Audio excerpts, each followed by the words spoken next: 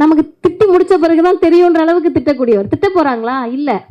ஆசிரியர் என்ன அன்னைக்கு போய் முன்னாடி உட்காந்துருக்காரு, வந்தவொடனே வாங்கம்மான்னு ரிசீவ் தான் பண்ணுறாங்க. அடிக்க போகிறாங்களா? கோச்சுக்க போகிறாங்களா? ஒன்றும் கிடையாது. சின்ன விஷயந்தான். என்ன தெரியுமா? நமக்கு 2 கொம்பு முளைக்கல. தந்தை பெரியார் சொல்லுகிறார், இளைஞர்களே, இந்த இயக்கத்திற்கு வரக்கூடியவர்களுக்கு, பொது வாழ்க்கையில் ஈடுபடக்கூடியவர்களுக்கு மற்ற மனிதர்களை விட அதிக அடக்கம் தேவை. யாரு சார் சொல்லுவா? அடக்கத்தோடு இருங்கள். ஏன் அடக்கத்தோடு இருக்கணும்? மற்றவர்களை விட பொது வாழ்வில் ஈடுபடக்கூடிய இளைஞர்களுக்கு அதிக அளவிலான ஒழுக்கம் தேவை. ஒழுக்கம் கிலோ எவ்வளவுன்னு கேட்குறாங்க. ஒழுக்கம் கிலோ எவ்வளவு?